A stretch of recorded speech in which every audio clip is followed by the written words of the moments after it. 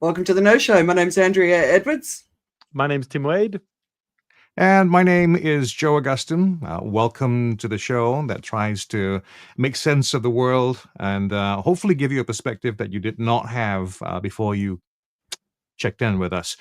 We also try to diversify the perspectives. That's why we bring on extra guests as well. And today's guest is a dentist turned speaker, an award-winning speaker, creator of Speak Human, Courageous Communication for Success. Would you please welcome to the show, Damini Chawla, Dr. Damini Chawla, I should say. Dr. D. Hello. Hello. Thank you for having me.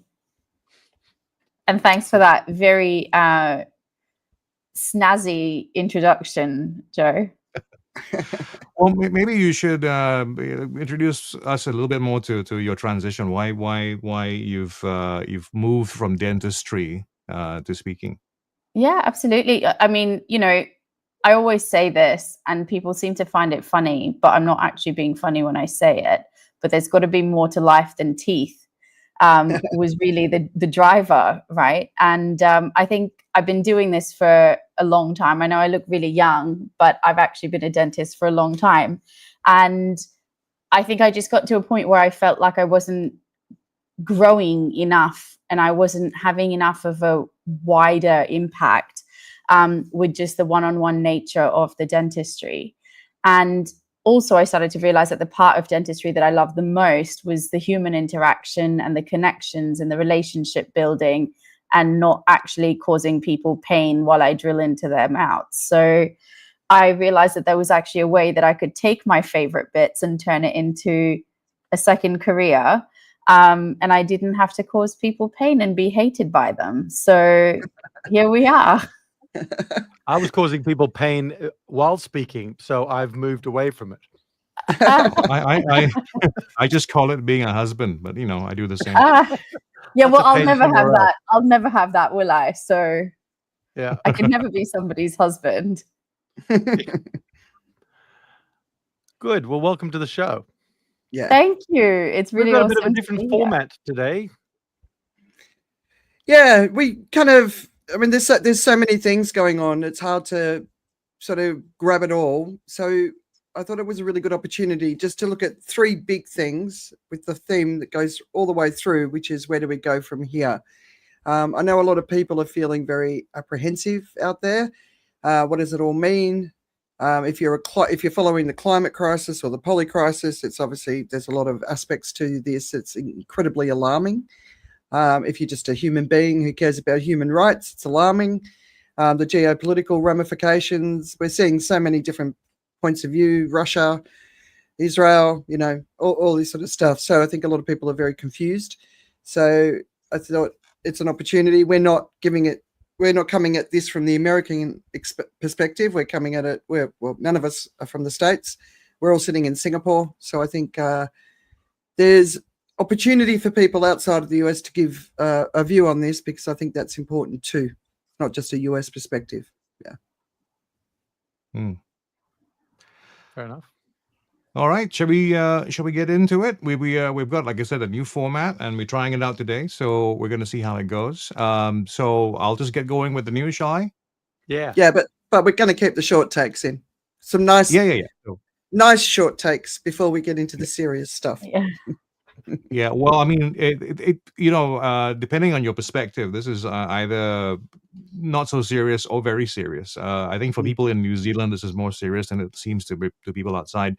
The New Zealand Parliament was suspended this week for a while when a Maori MP ripped up the Treaty of Waitangi bill that was about to be voted on while leading the Parliament in the Haka. This included other Maori members of Parliament, as well as people in the gallery. Now, look out for the footage online, and there are various versions of commentary on this. I would suggest you try and pick it all up if you can from different perspectives. It's claimed that this bill, I beg your pardon. It's claimed that the original treaty is actually something that is divisive. Sorry, I had no sleep. It's claiming to be rocking the foundations of New Zealand. The current Conservative government has actually dismantled quite a lot of things with regards to the Maoris. So, like Maori health authorities, school language programs, all those have been put aside for now. But the most consequential reform is about redefining the interpretation of New Zealand's foundational document. It's called the Treaty of Waitangi. And the politician who's leading this change has declared the treaty inherently divisive and that it has led to policies divided by race. Like I said, it's a big story. The video has gone viral. It seems like an entertaining thing, but the story behind it really goes quite deep. But it's so powerful watching that moment when she stands up and tears the treaty up. It's just so it sort of gives you goosebumps, right? Well, she's definitely a bit more of an influencer. She's got the attention of the youth, and she does admit that part of it is performative because she's thinking about the young girls who are watching her as well. So there's a lot more going on than what most people will see. Most people will see that short video. They won't go and find out the rest of it.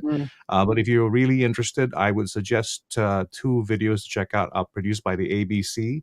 And one of them is called the title of it is The Arden Aftermath. And that kind of explains a bit more about what's been happening on the ground in New Zealand.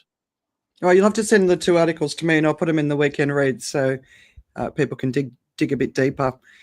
Sure. There's a new feminist movement on the rise, and it's called 4B, and it comes from South Korea. So I'm happy to see the Asian influence there. And basically, it developed in the 2010s during a wave of violence against women in the country. So Australian women should obviously be jumping on this. And with Trump's win, American women are taking it on board. So 4B is shorthand for 4 words starting with B, and it's BI, which means no in Korean. So I'm not even going to try and say the Korean words because I will stuff them up. But the 4 things are no heterosexual marriage, no childbirth, no dating, no heterosexual sexual relationships. That's actually hard to say that if you try and say it. And of course, this isn't just about Trump. We saw very quickly after the election some Trump supporters like far-right political activist Nick Fuentes started posting misogynistic messages on X with the statement, "Your body, my choice." I don't know if you've seen that somebody responded with his full address so that basically people could go and kick the shit out of him. But anyway, it's not going down well at all. But we're seeing it in classrooms. We're seeing some really ugly stuff happening with the black community being sent texts to say, we'll be picking you up in a white truck and taking you to the plantations. So some ugliness has arisen. But the 4B movement, pay attention to that. Tim? I don't understand. I don't understand what they're calling for. So they said no heterosexual marriage, no heterosexual sexual relationships, no dating, and no childbirth. Yeah. It's like, what does that mean? I mean, if you think about, what's The Handmaid's Tale, right? Women turn into baby producing machines for the ultra wealthy. So it's basically saying when we're not going back into that sort of time. But what does this mean? Sorry, what does this mean for women who might want marriage and childbirth and heterosexual relationships? Do they then become othered, or how does that? Well, you'd hope not, right? But it's a movement, and you choose to join it, and it's passing a message. I guess it's something to unify behind, right? Yeah, I mean, South Korea's got quite a patriarchal society, and so if they're just saying, we want our voices heard and we want to make our decisions, and we're not going to be sort of shoved into a marriage we don't want to have, then fine. I think it's also important to know that this is just one of the movements, right? It's a new feminist movement. It is not it's not the new universal feminist movement. No, exactly. And another thing I saw that was interesting is the average application to divorce is usually like 2 or 3 for a lawyer. and they're about doubled and tripled in the since the elections, because one of the risks is no fault divorce. So basically, women are saying, "Well, I better get divorced now because I won't be able to get divorced after." So yeah, there's big implications here, and women are responding to it. But it's not every woman's going to join these movements. A lot of women voted for it, so yeah. Well, a less confusing, still in Asia story.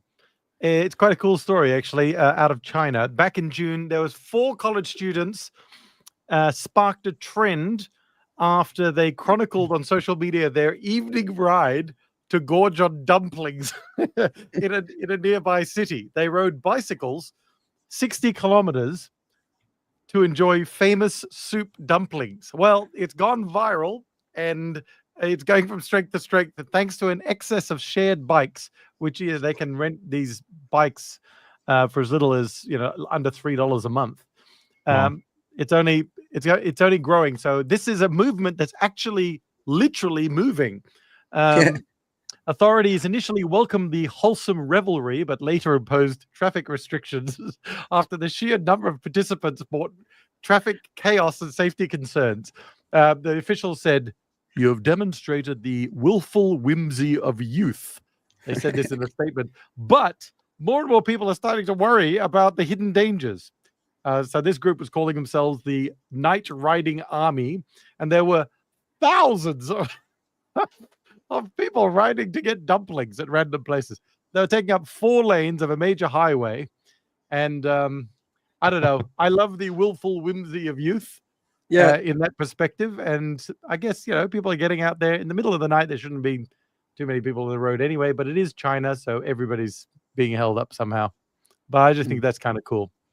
At least they call themselves the Night Riding Army and not like the Soupy Dumpling Army. Like, imagine that one. I mean, the super people, superheroes. That would have been cool. Superhero. Dumpling I love that. Well, I like this next story because it's actually, well, I only like it because of the part of the world that it's coming from, which is Western Australia, which is home for me. But the story itself has some implications as to, I think just understanding why it's happened at all. But they found an emperor penguin 2,000 miles from home on an Australian tourist beach. And I believe it was in Denmark in Western Australia, so on the very southern tip of Western Australia. And this penguin has been rescued and is now being cared for by a wildlife caretaker who's apparently delighted by their new job, as I would be if I was them. But the emperor penguin, which is the largest penguin species, it's meant to be found exclusively in Antarctica. So how it ended up on a beach in Denmark, Western Australia, looking quite malnourished, weighing about 50 pounds, which is half of what its actual healthy male weight should be. So they are nourishing him back to health, and I'm not really sure what they're going to do with him after, but good luck to the little guy. Yeah. I think it's an invasion. I mean, he is an emperor penguin.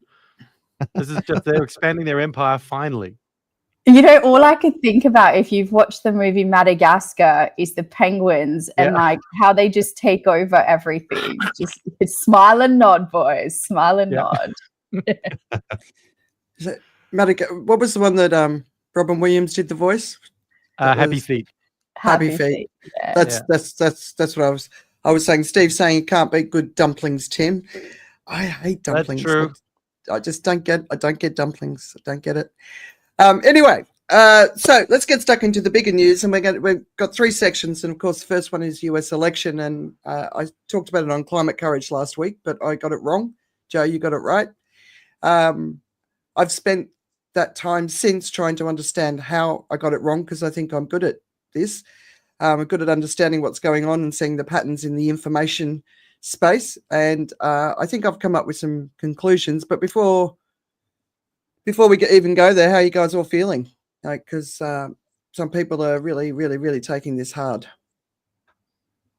Well, I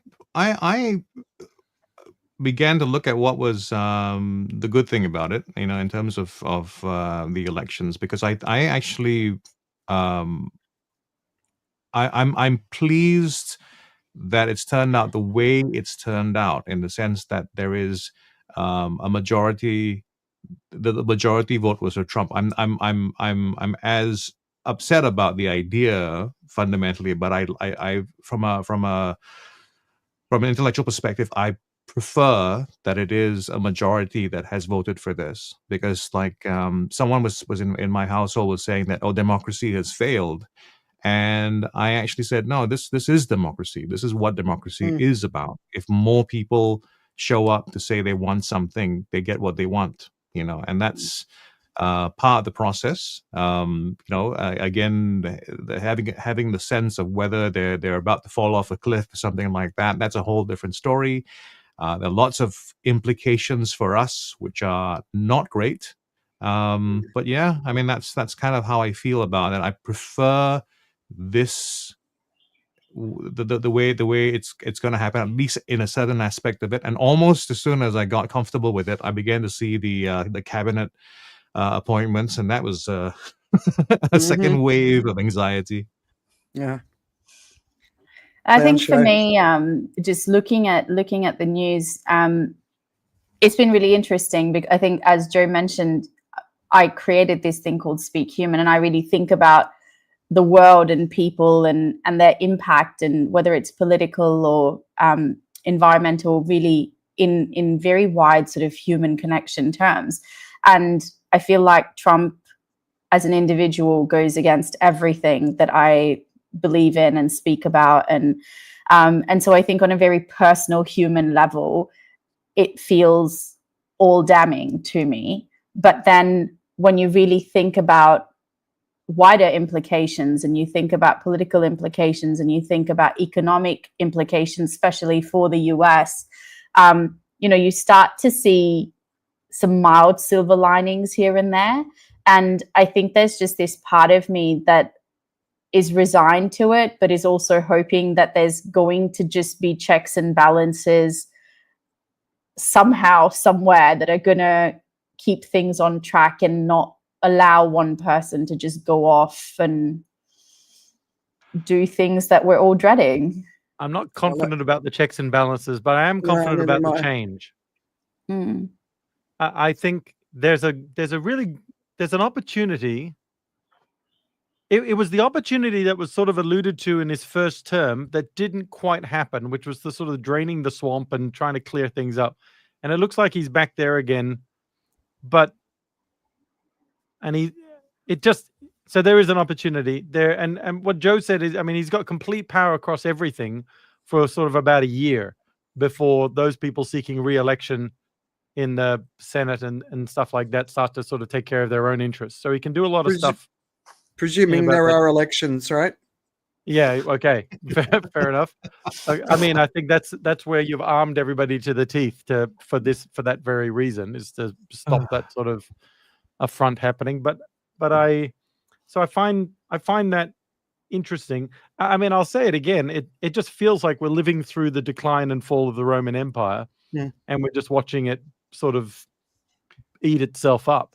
But I'll throw in one sort of opinion, and before you go into your full analysis of why it happened, my one little observation opinion about how it happened is that usually when there's an incumbent president running for re-election, usually they win because they're the seated president, and the incumbent tends to hold power, and then it sort of flips after that.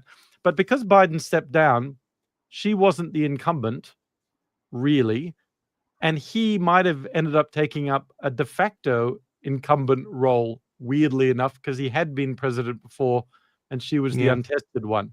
So it kind of is a bit weird like that. So I'd be interested to hear Andrea's full analysis, but it kind of feels like it was sort of handed, and she hadn't been in the spotlight as much as he had. And of course, he'd been talking and preparing for 4 years, very obviously intending to run again.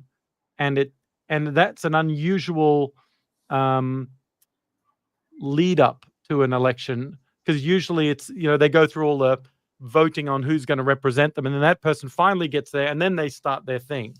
It's a mudslinging before that, but it seemed to always be him for 4 years, and so he had a lot of traction, I suppose. He had 8 he years never of getting stopped to this point. campaigning. Yeah, He right. Exactly. Never stopped, even So- when he was president. He was still Yeah, and- campaigning. Yeah, and then so she, and he's getting more media than the current people. So anyway, Yeah. it seemed to be a bit like that. But what's your deep dive? Oh, well, I was just going to say, so when he got elected in 2016, I went into a pretty deep depression. I'm not going to define it as a medical depression, just as a complete despair for until February. It took me that long to deal with it, and that really nothing's ever impacted me like that, because of course I'm looking at all these other things and just understanding the impact and how we haven't got time for this sort of nonsense at this point in the world, right? But it hasn't hit me like that this time. The stupidity of this moment is so profound to me.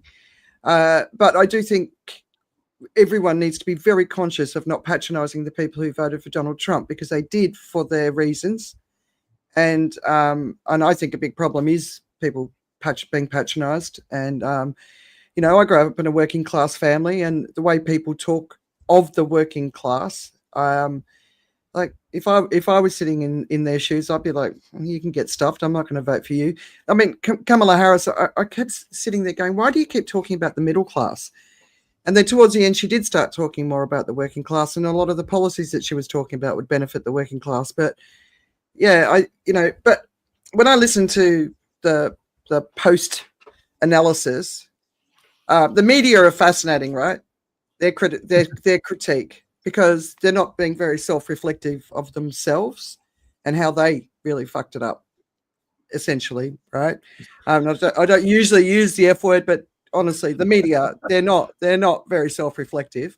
And it takes time to sort of come to these conclusions. And of course, everyone's out within 24 hours with their opinions. And it's only in the last 24 hours I've seen opinions that are aligned to what I want to talk about today, which is, sorry, I was a bit late on that one. Yeah. Which is the information. We're in an information war, and we have been for a long time. And people are focusing on foreign interference, and they're focusing on lots and lots and lots of different things. But actually, the information war is actually also a domestic war. It's the civil war that's going on in America. So, but just let me step back for a bit. So I've been asking myself for a while, is authoritarianism and fascism inevitable as we move through the polycrisis? Because what do voters look for? Simple answers to complex questions, right? And, a slogan or a tagline, that's what people are looking for. And that's not what we're facing. We've got COP29 going on, which we're going to be talking about in a minute. So we as the audience of politics have decided to step out. We're not interested. More than 60% of Americans don't follow the mainstream media. Yep. Gen Z, millennials, it's even lower. They're on TikTok getting their news, right?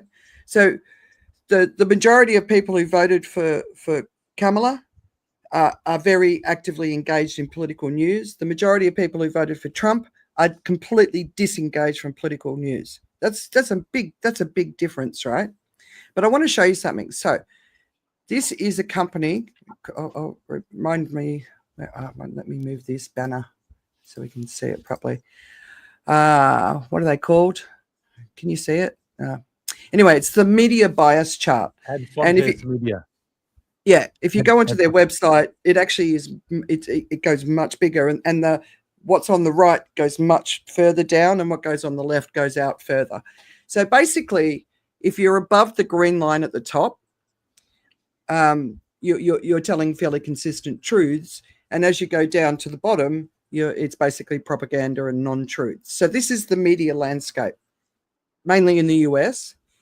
You can see the right wing there goes much further down, and there's many more of them. And then on the left, you can see down to the Palmer report, which is the more extreme on the left of sharing propaganda. So this is the media bias chart. And That's where the majority of people on the right are focused, right? So that's what we're being led to believe.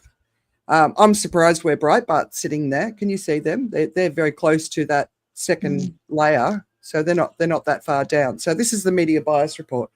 But this popped up after that, which I think is much more interesting. And this is the influence that we have in the world, right? And this is where the election was decided. And that's what we don't seem to understand. And you look at the blue dots, which is the left wing, and then you've got the red dots, which are the right wing. And it's the manosphere, basically. Elon Musk, obviously, with X, we know what happened there. We've got Tucker Carlson, Jake Paul, Logan Paul. I mean, I wouldn't even know these guys if I didn't have sons, but I certainly do because I have sons. Andrew Tate, he's in the manosphere. That's where the decision to vote was made. That's where's young the no-show? Yeah, with this tiny blue dot. In the blue, one of the smaller dots is Heather Cock Richardson, who's an American historian. Have you ever come across her? No. She's absolutely fabulous. She knows the whole history of American politics. But what we haven't done, and when I say we, I say the left, because I consider myself left, although I can see views on the right for what they are and when they're good.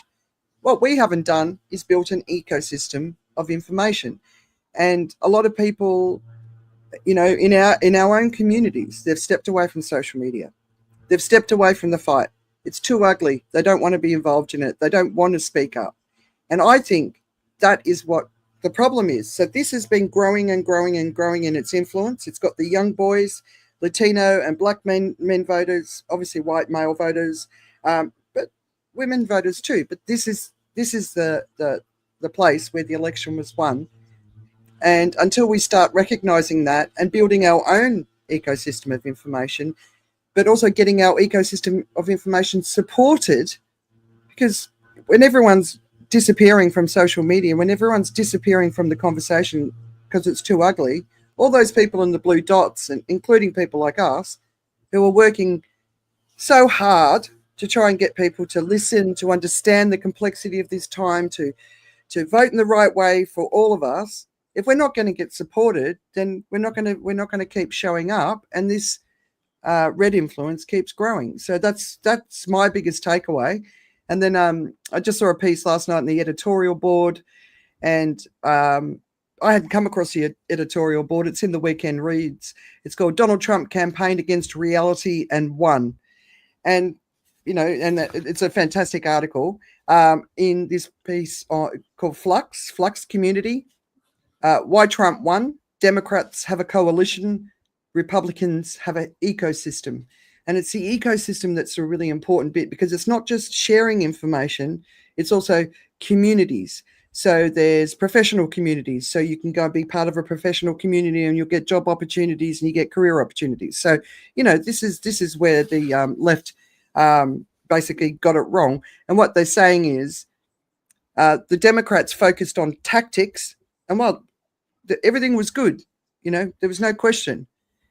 But the tactics and their strategy is obsolete in this world. And that was the real point they were talking about. And then in the Hartman report, so these are all on my weekend reads, class warfare needs to be called. And that's the other thing, like I said, everyone's walking away because it's too ugly. Well, I'm sorry, but if we don't get in this fight, we're certainly not going to stand a chance of winning it. And everyone's got to stop being so nice and polite. It's being positioned as a war on woke, and woke lost. I don't agree with that. I think the Republicans have gaslit the hell out of everyone. Like, really, it's been the most outstanding effort from a gaslighting perspective. But here's what leftists have been called by Republicans: pointy-headed intellectuals, ivory tower elites, eggheads, limousine liberals, champagne socialists, latte liberals, the wine and cheese crowd, coastal elites, tax and spend liberals, bleeding hearts, do-gooders, tree huggers, environmental wackos, libtards, communists, and even feminazis. But the Democrats have no response. They have no words that they can use. And if they do attack, as Kamala started to do, then the feedback was, oh, you shouldn't do that. So it's like it's an imbalanced war, but I think we've got to get tough. And if we don't want fascism and authoritarianism to lead, I think everyone's got to start understanding that we're at the beginning of a geopolitical shift that is going to send shockwaves around the world. I believe it's, we've got to get strong and resilient and courageous, because we've got to get ready for the fight of our lives, because I think it is.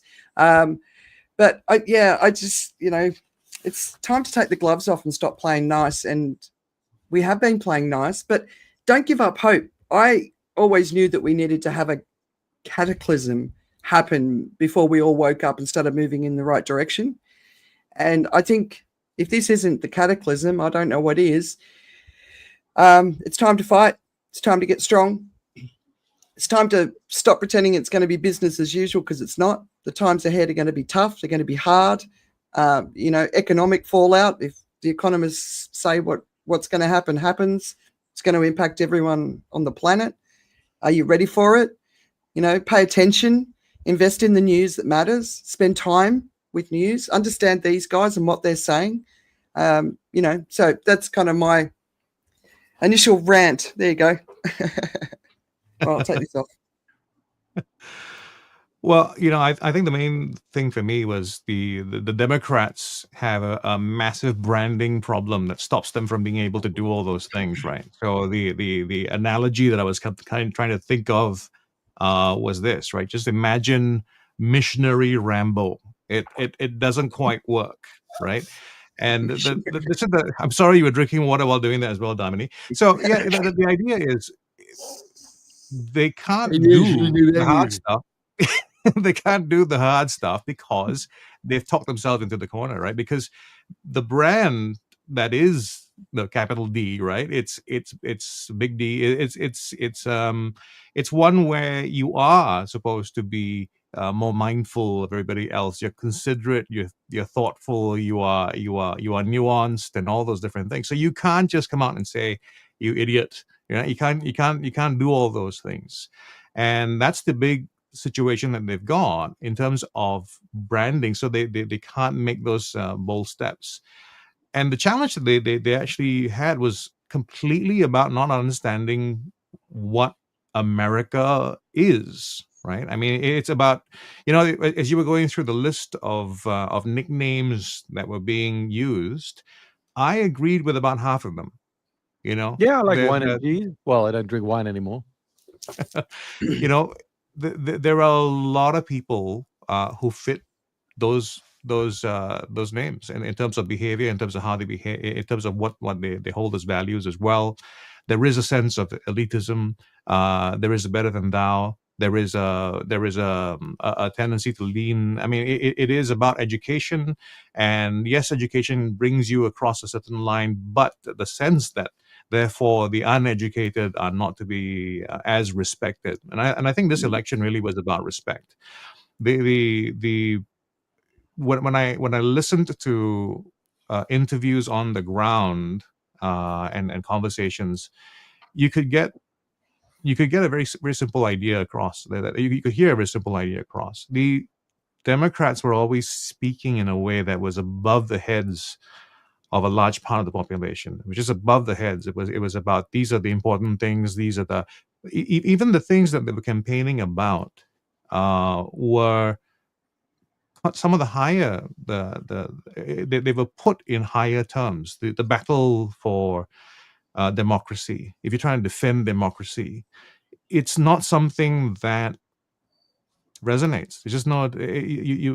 Whereas the same thing that we're trying to say was actually, we're fighting for freedom, and they never used that as the message. It was always about this higher idea, So the Democrats unfortunately tried to take for me, especially, you're right about the world that they're in currently. The world that they're in currently is a world where it really is about me. It's about how I feel, my life, and how I compare myself. Because we've never been in a world where we are faced with how our neighbors are doing more than before, right? I mean, this is what social media is about. It's every moment you're given a reference point to see how somebody else lives, whether they're better off or not. And usually what happens on social media is you're going to see the better side of things. So you're going to feel you're a little bit behind. You're not going to be doing as well. And when someone comes along and says to you a simple message that is about, you can be better, we can do this, we can fix that, without giving the details, they're more attractive because it fits the kind of consumption people have right now. If I were to sit in the corner and say, like, look, listen, I can solve the world's problems, sit down with me for 3 hours, I'll tell you all about it. It's not going to be as attractive to put me in charge, I'll fix it. And that's really what Trump was saying. And the background is years and years of neglect, actually, of the American people by the lawmakers.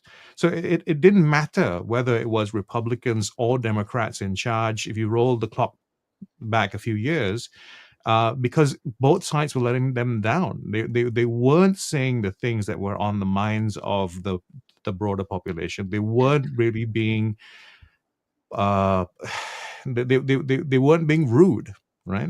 And now you have the ability to do that, and it's just it's a timing of it. This is the time for it, and it's not.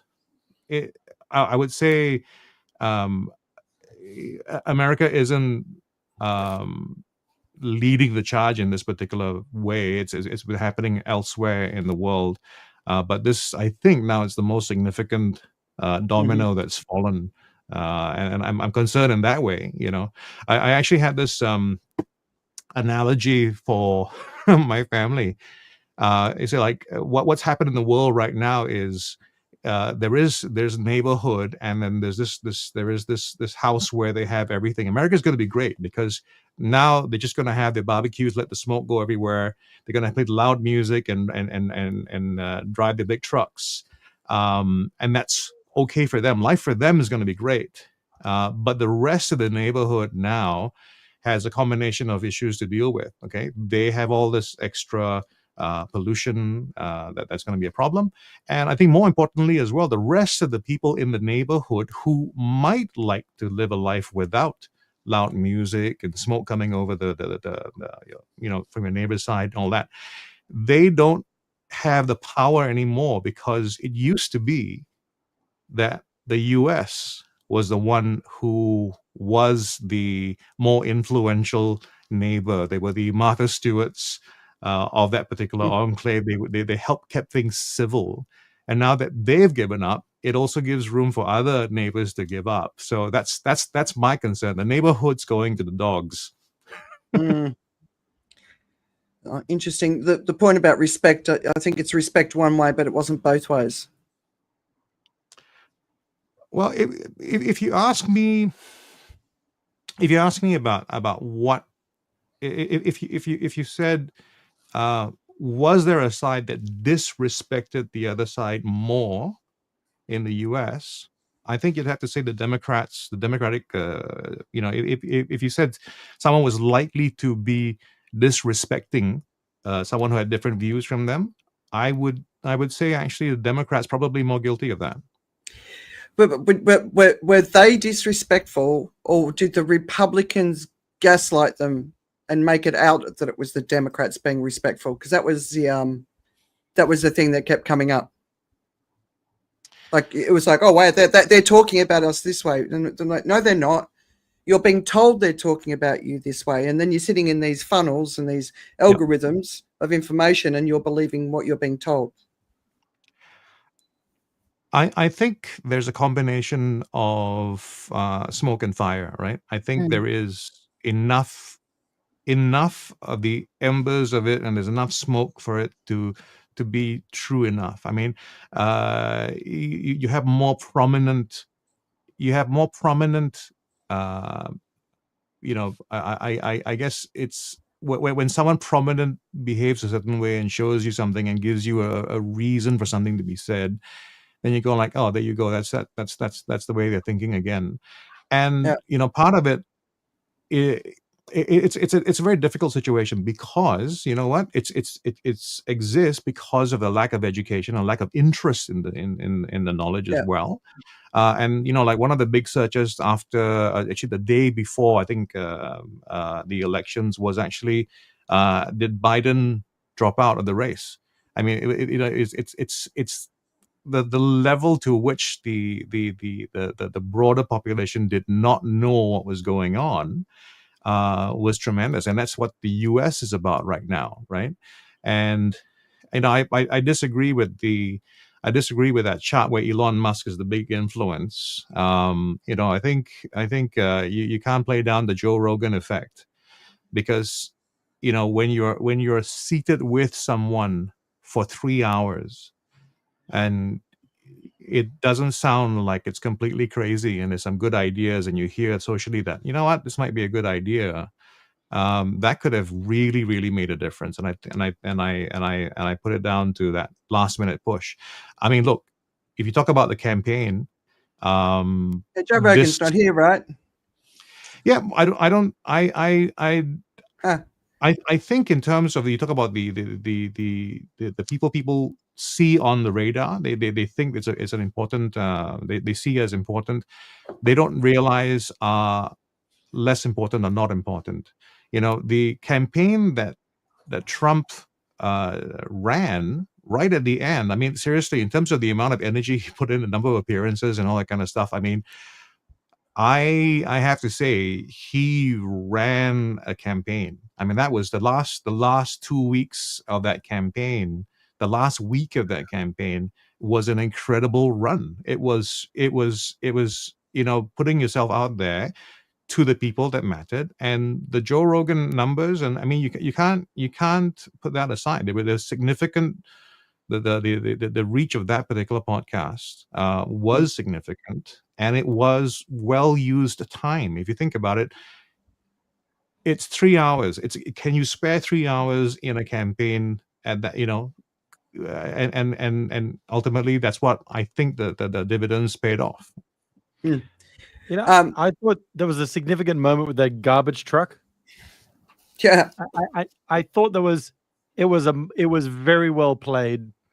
It was I thought it was like a master stroke of moving from copying it to dishing it out. Yeah. But I thought Biden's gaffe and their attempt to say, no, I didn't say that, I only meant that guy, just basically meant that they were untrustworthy. And but that's the point, right? Trump says stuff like that all the time, and it's accepted.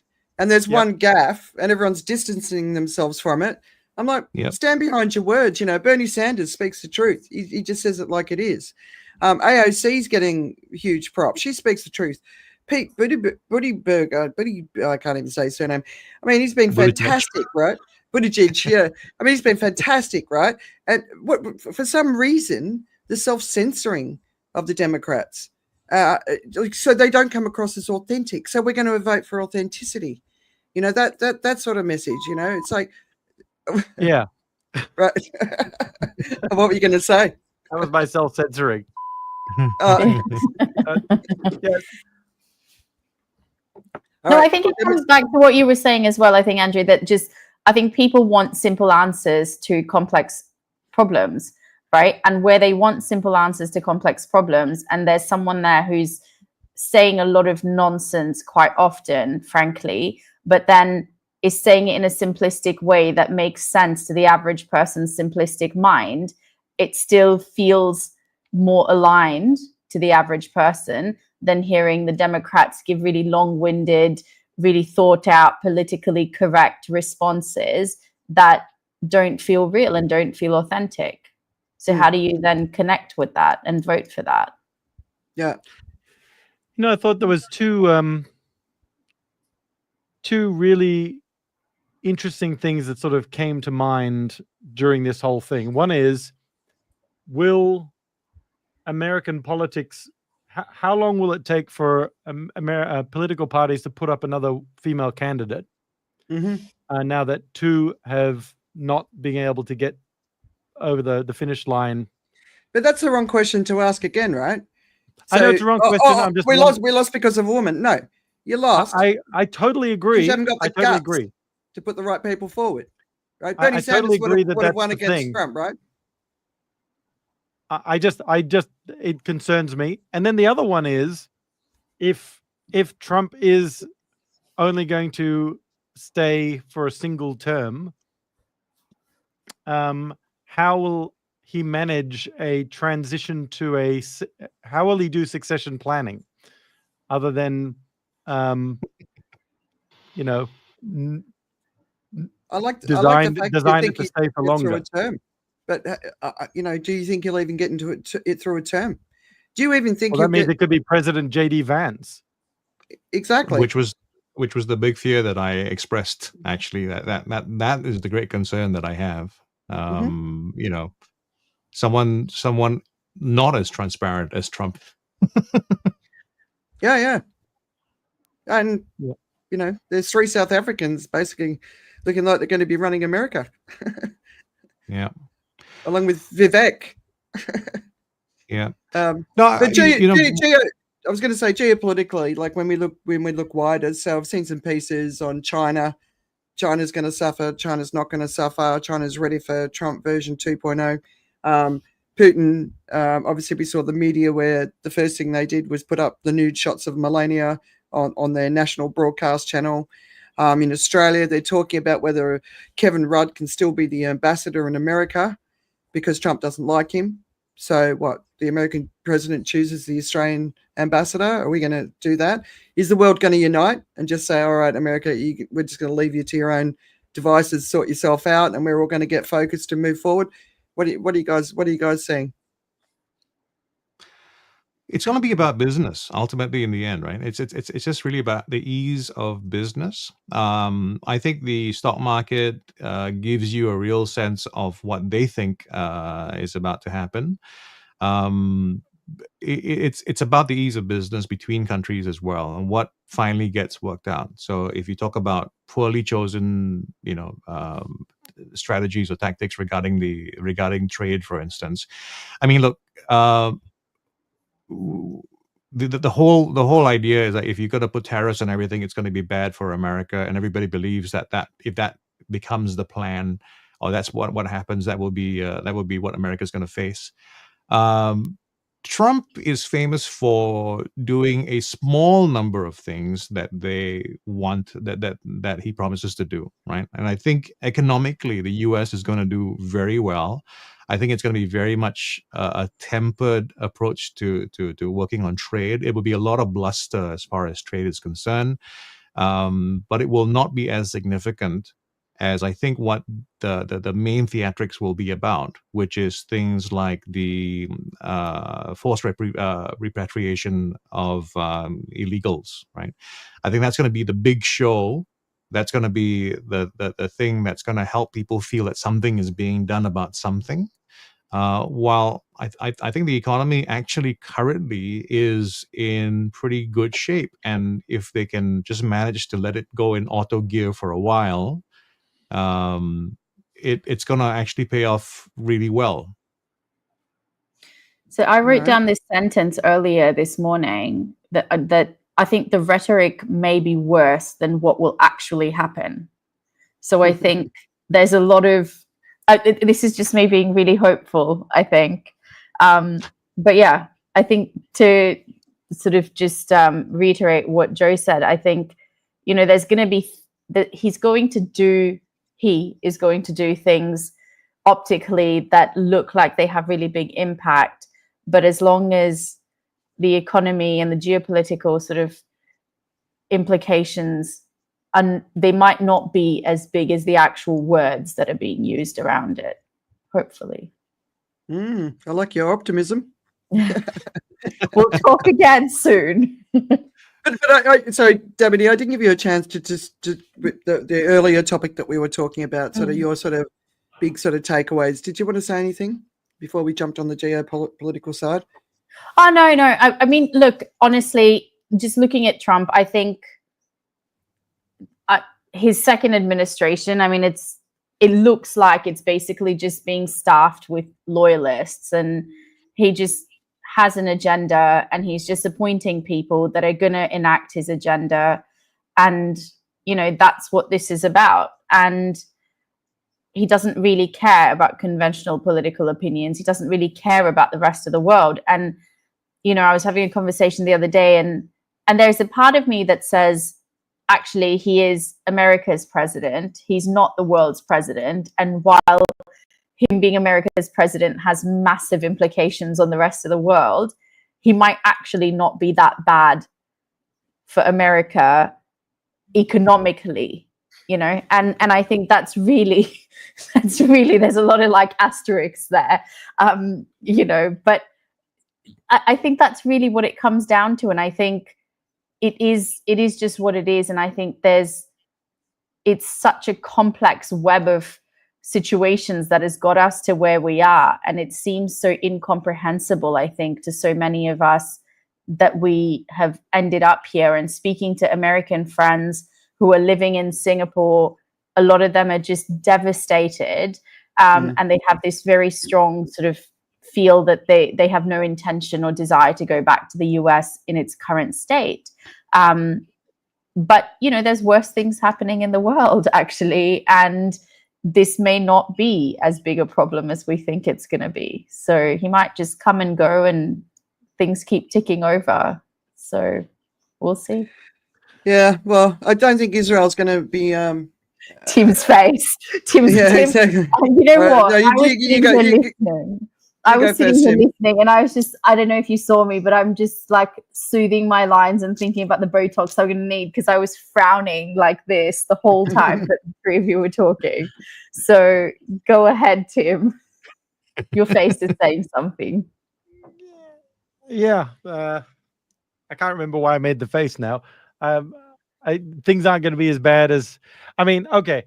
Okay, I can't remember why I made the face. It was just, and it just seems like the cabinet, yes, loyalists, but the cabinet is being stocked with people who are going to take a lot of attention away from what's happening behind the scenes. Mm-hmm. And so there'll be a lot of spotlights on all of these people doing their stuff and their big moments of, oh my gosh, you know, 80% of the people are gone here and this and that has happened and everything else, that you can be signing bills in the background that are very detrimental, that may not get the news coverage, because now there's sort of 4 Trumps, you know, all doing crazy things that is getting the spotlight.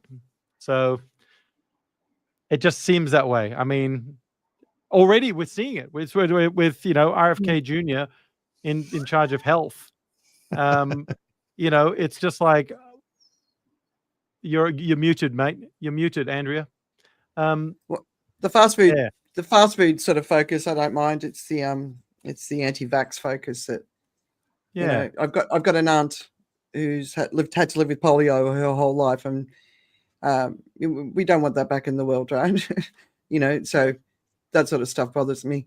I love Damini's optimism, but I'm not seeing it. Economically, Republicans are always a disaster. They always are, and the Democrats bring it back, and then the Republicans pull it apart, and then they bring it back, and it's like it's this back and forth. I think the tech bros and the crypto guys, you know, they're all rubbing their hands together, excited about this, which has been a bit disappointing for me. Human rights below wealth accumulation kind of sort of is a bit of a strong signal. The youth vote, which should have obviously been about their future, wasn't. But, you know, there's only 1.5% between the two. The final sort of tallies are sort of starting to come in. So it's not a landslide like it was first position. It's only 1.5% between the two parties. So that's a very divided America. And there's people who are truly, truly scared, you know, medical assistants, veterans with their healthcare and retirement funds, obviously people who are illegal immigrants, or even if their parents were illegal immigrants and they're citizens, they could still be kicked out. The Democrats have kicked out more immigrants than the Republicans. And I think Tim's absolutely right. The show is what everyone watches while the real stuff's going on behind. And I think that's, we live in a world where everyone likes the show, the 30-second soundbite, and it's we've got to grow up, and we've got to, this information place that we're all existing in is not serving us, and we're buying into its harm by not paying attention. Joe? So I've been bravely optimistic until here, but let me talk about what is the real the real danger at hand.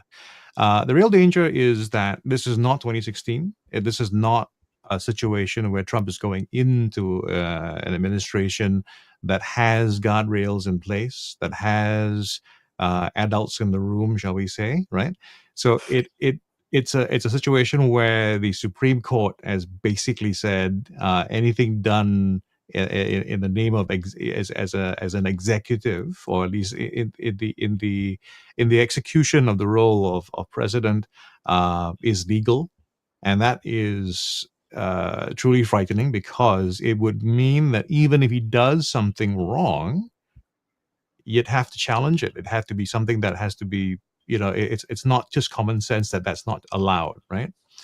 So the kinds of things that are in place right now, that's what is kind of scary, as in, that's what the president can do.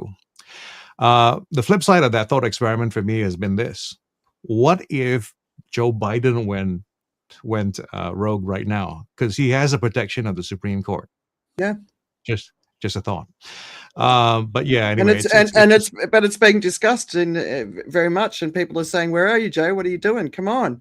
We've only got a few months, and apparently there's lots of stuff going on behind the scenes that no one's hearing about. So, don't sit in fear of the future, but keep your eye open. But we've all got to be keeping our eyes open. That's which is, I think what America holiday is. To the Bronx. What's that? Pardon? Should I cancel my holiday to the Bronx? No, go, Tim, and then tell us all about it. Exactly. If you live to tell us all about it. The challenge, I think, that is facing America right now is this: that it is a test of the free market that they believe so much in. I think really it is that, and ultimately, we can say that all the levers are in place to try and steal the entire country. I mean, look, it really is something that's set up, that's possible to go. But the question is whether or not that can happen. And one of the advantages I think that the U.S. has this large population, and again, the population can be its own check and balance, as happened this time around, really, because the politicians basically failed America, and so the check and balance came in the form of this latest election result. And again, the market then will have to show itself. What happens beyond here? How do you access the market? It's all a big marketing challenge. You have to try and get elected, all that kind of stuff. We'll see. I mean, look, it's in the end, you have to herd all the cats, right? It's a lot of cats. Yeah, I think the other important point to note is that especially the whole Musk tech bro crypto sort of that whole push, it's about maintaining the status quo, and the status quo is what got us into this problem in the first place. So when Musk is saying things like we need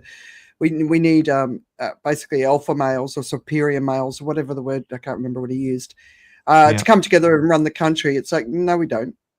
That's not going to help us succeed. It's actually going to take us backwards, because GDPs of countries go up when you have true DEI. So the whole war against DEI. Well, if you go to war with DEI, you're going to war against yourself.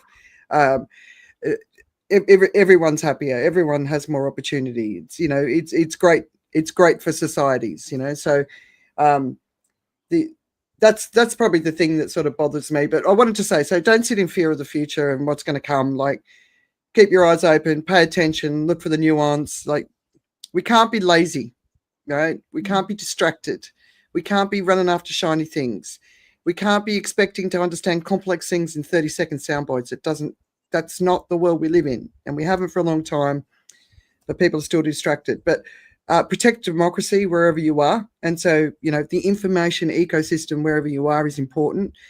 Germany is potentially the next country that could go right. If you're not paying attention, their whole government is collapsing, which is really quite remarkable. I think it's really time for our leaders, and we are all leaders. So, just to start talking the truth, using stronger words, stop being so polite, because they're not, and we've got to start getting a bit harsher, and we've got to open ourselves up to the attacks that come with that. I think we do. Like I always say, pay attention to the information that matters. Brace for impact. I'm not optimistic at all, because it's not just the US government and what's happening in the US. It's not just global geopolitics. It's the escalation of environmental catastrophes, which we're seeing right now. Honduras is just getting hammered. Nicaragua is just getting hammered. You wouldn't know about it because we're only paying attention to what's going on in Spain, Italy, and Portugal. Philippines has just had its 4th typhoon in 3 weeks. It's never happened before. You can imagine for the poor Filipinos going through that sort of stuff. So brace for impact in all sorts of ways. Australia is trying to do a law on misinformation. What's the phrase? It's not misinformation, but basically, if they try. No, sure, no, it's the end of the world. No, it's not. I don't think it's the end of the world, but it's not going to be easy. Australia's trying to tackle the whole misinformation, disinformation crisis, and I don't know if you saw Musk basically said to Europe, not Musk, Vance said to Europe, you need to be letting Musk do whatever he wants with his X platform, and you need to follow our idea of free speech. So, we've talked about it a lot. That's got to be tackled, right? It's a huge problem. The algorithms, Yuval Nahari's talking a lot about it, really understanding how they work, how they feed. There was someone on LinkedIn yesterday who shared a video of the place where she comes from in Italy. And she said while she was searching on YouTube for news to make sure her family was safe, she was being advertised products that are destroying the environment, or she was being pushed videos that were talking about hating Muslims because she was in Amsterdam and it was following the riots in Amsterdam. So, she was basically talking about, here I am trying to understand the pain that my community is experiencing, and I'm being presented with the cause of the problem, which is why they're suffering from the pain. So I actually think there's another thing that we could be doing here. We all need to massively reduce our consumption, every single one of us, every middle-class person on the planet. So this is a really good time to do it. Don't buy any more than 5 new items of clothing a year. Don't upgrade to an EV. Start using public transport. Don't fly. Don't go on cruises. Stay home. Build a community around you. Plant a garden. We all need to be doing that. And mate, if everybody got behind that idea, can you imagine the impact it's going to have on the global economy or the country economy? And the final thing is be kind. You can't let people turn you into an arsehole because they're being them. When I walk out in the street, I'm just so nice to people, even if they're horrible to me. I'm just smiling, oh, hi, and then you get that attitude. So my sons are trying to understand how I can do that, because for them, it just makes them angry. And I'm like, no. Because then we're just being them. So why would you want to be them? So got to be kind, and let's come together and fight like hell. Is this the cataclysmic result we needed to turn the world around and wake us all up? I hope so. I've been waiting for this moment for a long time. So let's get going, because we've got to. So that's my conclusion. I just booked my Greek cruise. Yeah. Terrible, Muriel. Hilarious. Yeah. And my my Uniqlo package should be turning up soon. So yeah, I and the reason why I said that is I think there's an element of people have got dreams and aspirations, that may not include consuming less, or not doing that trip, and so I think there's a responsibility. There's a way that we can respond that isn't necessarily one of doom, gloom, and hardship. I love the kindness message, and I think that why does doing less mean why is doing less hardship? I mean, we've been shrinking our impact for a number of years, and I'm finding it very, very joyful. You know, I'm finding simplifying very joyful. I'm finding like I just had a thing pop up. You know, your domains are about to expire. And I was like, well, I don't need them anymore, and I've never needed them. I don't know why I was renewing them for the last 6,000 years. And that's not really damaging the planet. It's just damaging my wallet because it's a domain. But digital takes energy, right? Yeah, but I mean, you know, reserving a name and paying for it not really doing much. So are you saying that cruiseclown.com is going to be available right now? Is it? No, but speaking.tips will be. I was thinking about auctioning off at APSS. There you go. But yeah, Cruise Clown. Yeah, that's a good one. I'll see if that's available. I just think that I think that message, if you ran an election based on that message, I'm not sure how many people are going to take it, even though that there is an importance. You know what I mean? There's important stuff to do. I know exactly what you mean. But the reality is, this is where we are, right? If we want to stop the escalation of the climate crisis, then we need to massively reduce our impact on this planet. We're in overshoot, and we have been for a long time. We're taking too many resources off the planet, and the planet's going, all right, here you go. So it doesn't. We decide to do it, or we don't decide to do it, one way or another. I've already accepted both, right? And understand the consequences of both. So we either decide to do it or we don't, and we accept the consequences. So, and I don't think we're really going to be, like, if you look at the way the people of Valencia are responding, they're really, really angry about it, right? But this is a consequence of our overconsumption. It's not just the oil industry. It's not just the finance industry. It's all of us and all of the industries that we buy into, that there's just too much. 6 generations of clothing is on this planet for the next 6 generations, right? We're buying too much. We're consuming too much. We're taking too much. And then we've got to come to terms with that. And you can get on that cruise, but you know, cruising, every single cruise line, it destroys the environments where it turns up. But then the people in those environments where it turns up say, but we don't want to stop the cruises because we need it for the income, because we've got to feed our families, right? Right? But the cruise ships will stop at some point. Everything will stop at some point.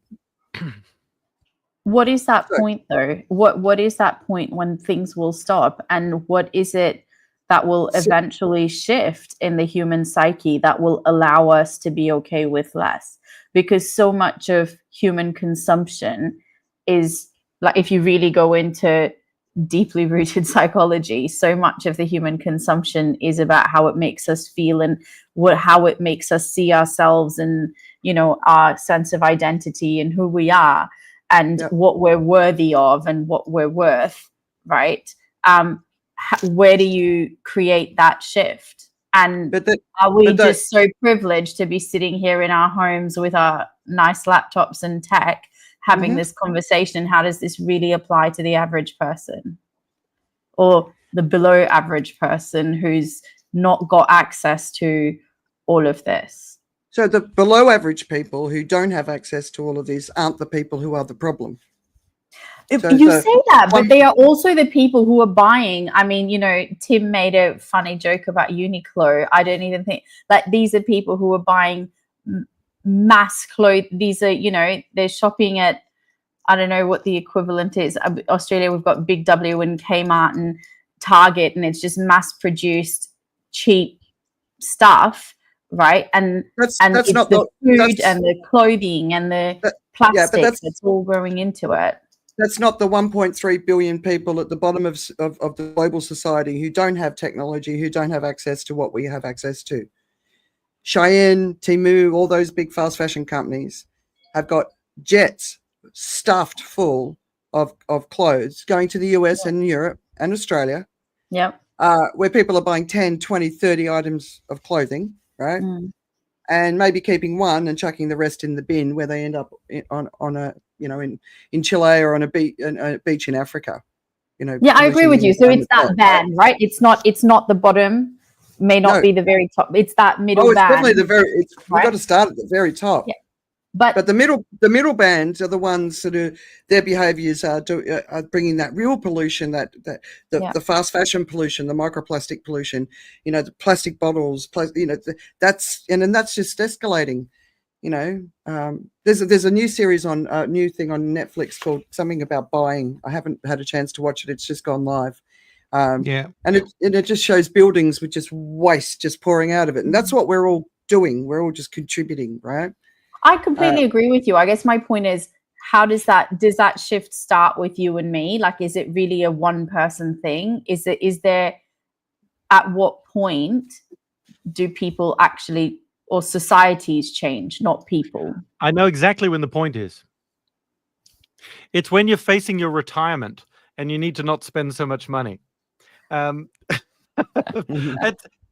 weirdly enough, the developed world is got a population that's heading into that particular category anyway. Although strangely enough, if they've got enough in their savings, they're getting on cruise ships. But so it's about conditioning. I think we've been conditioned to be consumers, because that was the economic play. The economic play is, if everyone's putting money into the bloodstream of the country will keep chugging along and can borrow money. And I mean, America's in so much debt. That could be the other moment when people start saying, well, no, you know, you can't do that anymore. Or the American dollar loses its ability to be the one that controls, you know, global markets, and it shifts to some sort of basket of currencies rather than the US dollar. But that's, you know, whenever that happens, I think that there might be some possibilities of seismic geopolitical shifts. But at the moment, the BRICS oil are on the move. The dollar. Yeah, the BRICS are on the move, and a lot of America's debt's sitting in China, right? So, but Dominique, so I've been spending many years trying to work out how to wake people up, right? And I don't know what the shift is, because I've walked along beautiful beaches that are covered in trash and watched people sit amongst the trash enjoying their beautiful holiday, and they don't see it. I watch people get up from a lunch table, and their individual lunch, there's 5-10 pieces of plastic on the table that they've left behind for somebody else to clean up, and they don't see it. You know, so I don't know how to make people see it, and I've been trying to help people see it for a really long time. So I don't know what the shift is. We're being marketed a world that's incompatible with a healthy planet, and I see that every day, every billboard, every ad on social media. I'm like people don't see it, you know. And yeah, people want more, and you know, the idea that people's prestige is attached to it, and the data is very conclusive that that's not the truth. It doesn't make people happier. No. The information system that we exist in doesn't make people happier. All this technology that was supposed to make our lives easier has not made our lives easier. People who are sitting in this rage at their neighbor, or the othering, or what, they're not happier, you know. So at some point we're hopefully going to go, maybe we haven't built the right world. Well, the world is just fine. It's the human beings that live in it that are kind of faulty, right? I mean, that's you know, we can know that if everybody engages in personal development and finds their inner peace and doesn't need to have things to make them happy, that the world will be better off. You know, we know all those things. And I was thinking now about a solution, because you were asking about when will this come. I think what can happen is that if we figure out a way for the real price of things to become more obvious, I think if you can have, if there's a way for consumption to be less opaque, right? Right now, consumption is very opaque because all you do is pay a price and it shows up, and the rest of that is behind. The opacity protects it from being felt. But the idea that that the real cost of things becomes more apparent, right? I mean, I'll give you an example. We rather enjoy cashew nuts, right? And my wife shared with me a video of the cashew industry in India and how terrible it is and how people are harvesting that, and they've got, their hands go black from the acid. And that's the life that they have. It's subsistence living. It's not very good. It made it clearer to me the real cost of what I'm doing. And I think the second thing that goes along with that also is this thing about the cost needs to be apparent to other people as well, right? So a long time ago, when I was actually asked to be on the smoking cessation committee here in Singapore, one of the ideas I put out, which was not adapted, was the idea of a campaign that basically made other people the police, that made other people looking at you in a certain way sort of be a way to check your behavior, that you'd absolutely have to be totally confident of yourself and secure for you to go ahead and do something that everybody else felt wasn't a good thing. And I think most people are actually it actually addresses the problem of consumption. We usually are consuming or doing something because it helps us feel better about ourselves. It elevates us. And if overconsumption itself could then become the thing that makes us lose, status in the world, then that would be I think that would be a better situation. I'm not taking sides here, but I do have a question. I usually do. So when you stop consuming cashew nuts, right? Yeah.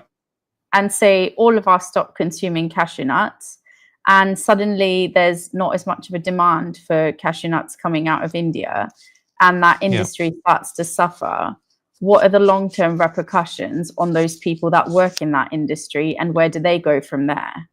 Yeah, but and I'm not saying that it justifies that. No, it's a really good question. It's the same with child labor, right? Like people talk about it, and it's like sometimes that's the only way that family's going to eat, right? And we have to have empathy on the ground, but at the same time, like what's the environmental impact on cashews in India based on all of the extreme weather events that they've been experiencing? I think it was 93% of days of the for the first 9 months of this year, India has had an extreme weather event for 93% of the time. So are the cashews even still growing? But what we have to do is accept paying more so that the workers can have a higher standard of work, but we're not willing to pay more because everyone wants things cheap. That's the mindset. And in Asia, that mindset is so much stronger than the rest of the world. Like when I first came here, that's what people will talk about. Oh, it's cheap, it's cheap, it's cheap. I'm like, but it's not good. Why? Yeah. Why is it cheap? So question that, right?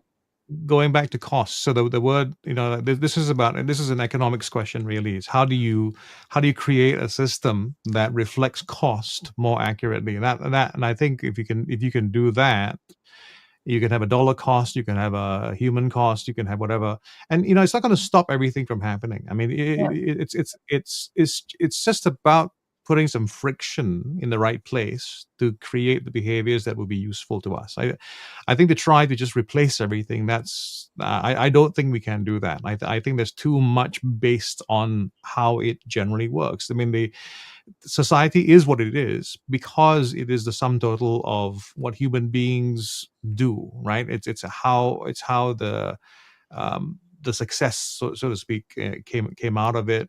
It's how we satisfied our need for status, and it's the natural hierarchy that happens. It's something that we can't avoid. We need it. It's part of the way we work, right? So you think it's going to keep going the way it's going?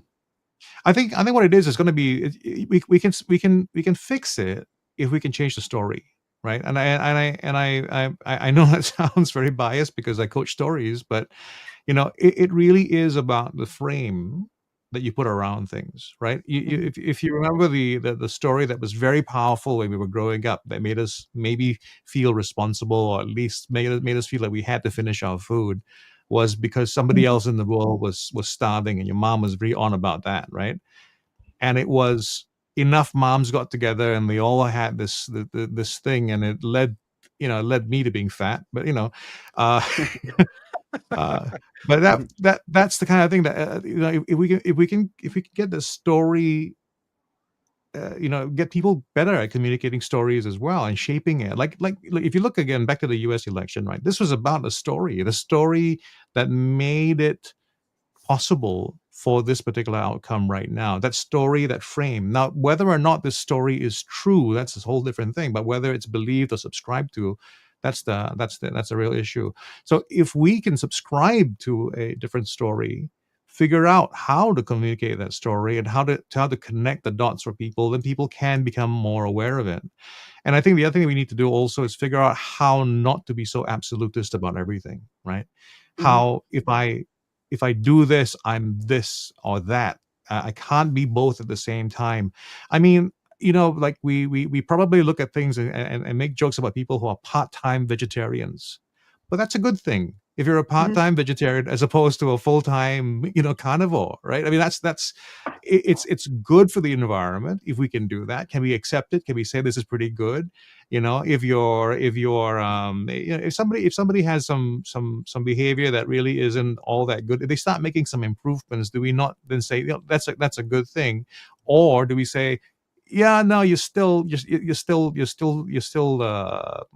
scum because you're doing that other thing, right?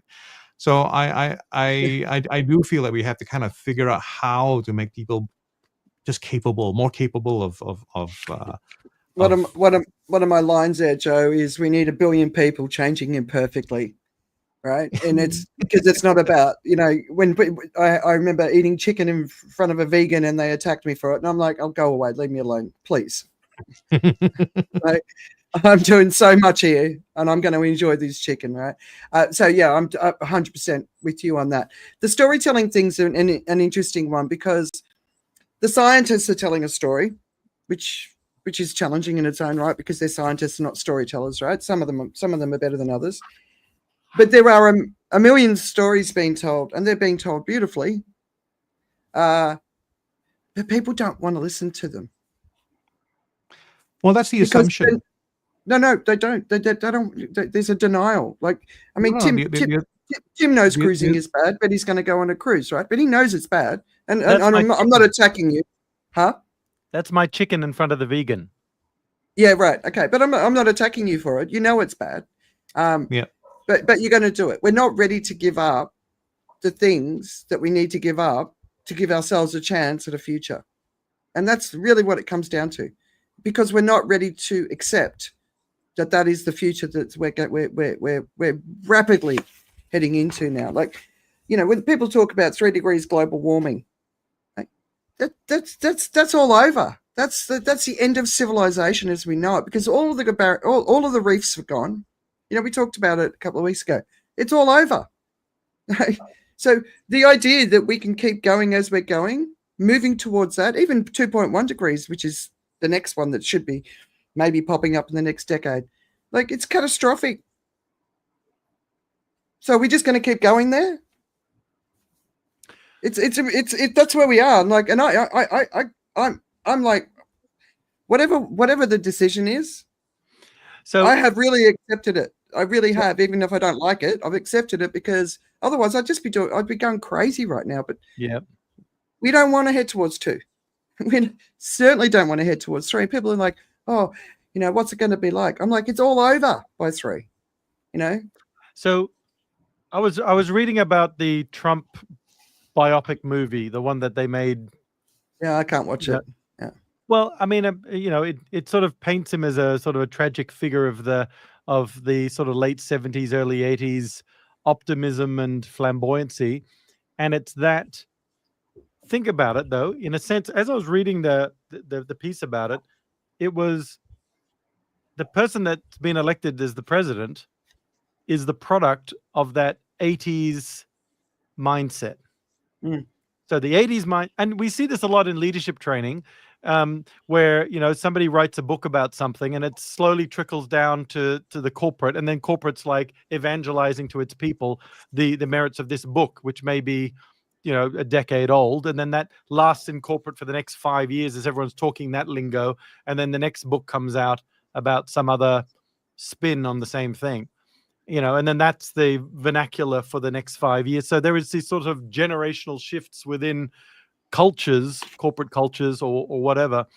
But the leader that is in charge of the free world, the leader in charge of US, is a product of the excesses of the 80s, the mindset of the excesses of the 80s.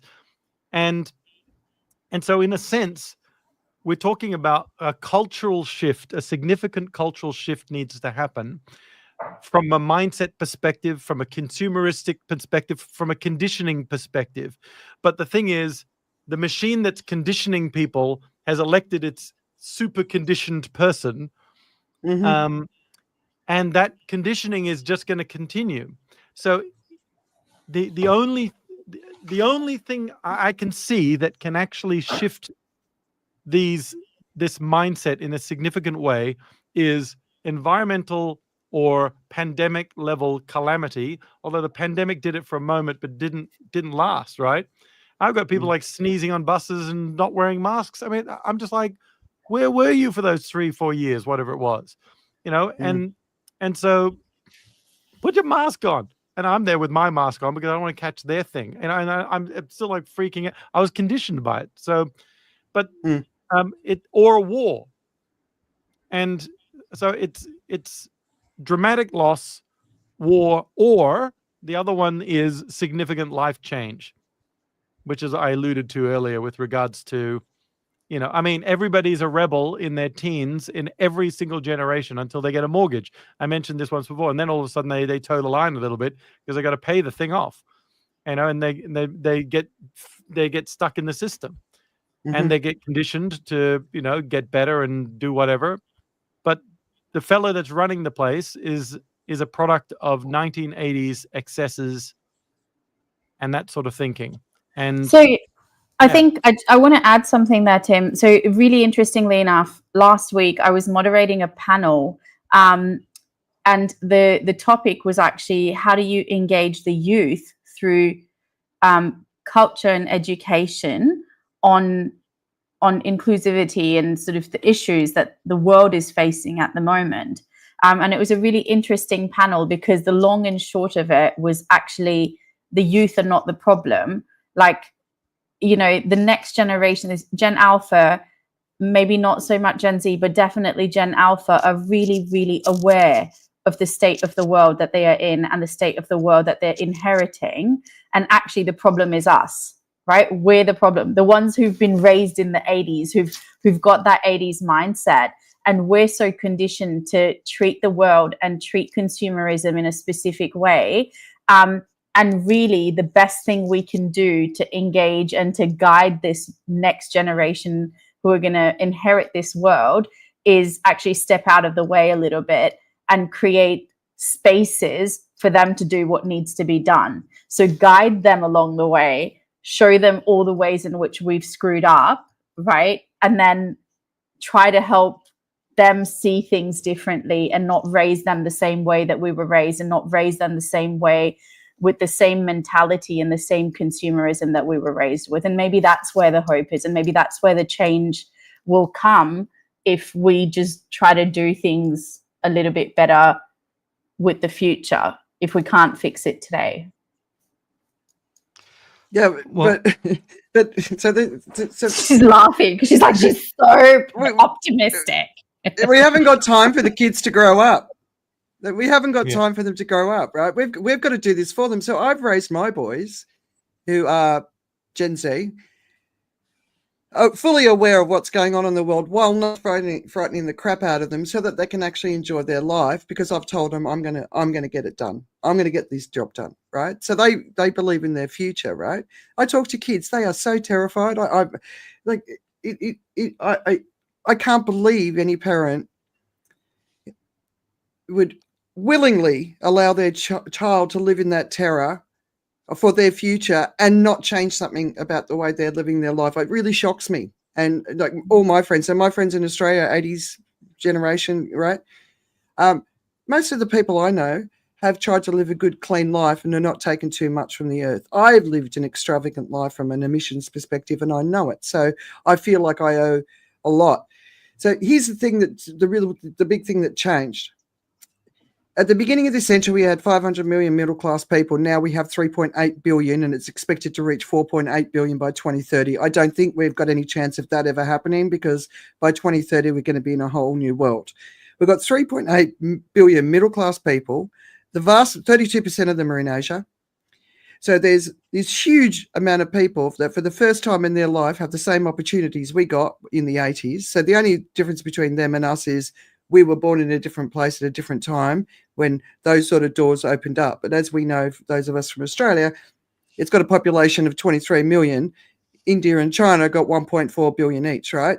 So it's the scale of the problem. So if everyone wants to get a new fridge or have more than one fridge, like most Australians I know have got 5 fridges, we can't have 1.4 billion people in China having 5 fridges each. That would be a catastrophe, right? And nobody's paid attention to that. This growth.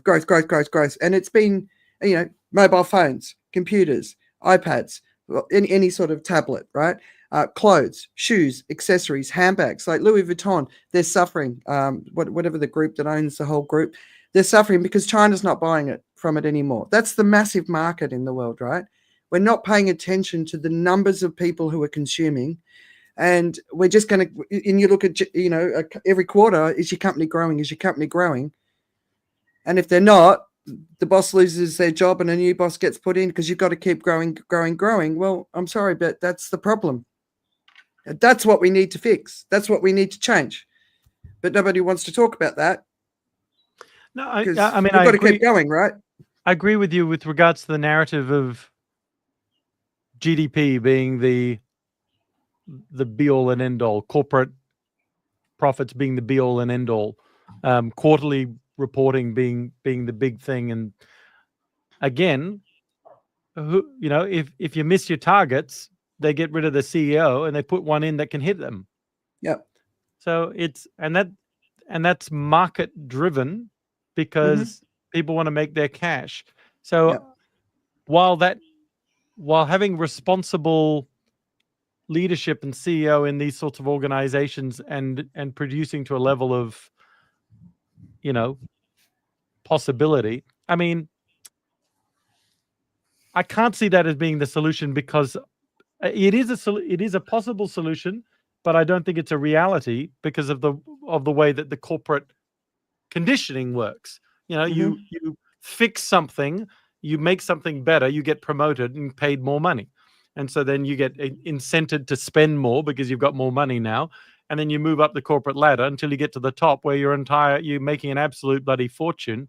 And your whole job is to make sure the company's making more money every quarter. I mean, until it can't, right? So it takes a Gorbachev to change Russia, sort of thing.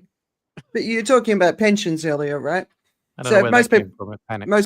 If most people look at their portfolio in their pensions, there will be a significant percentage that relies on nature.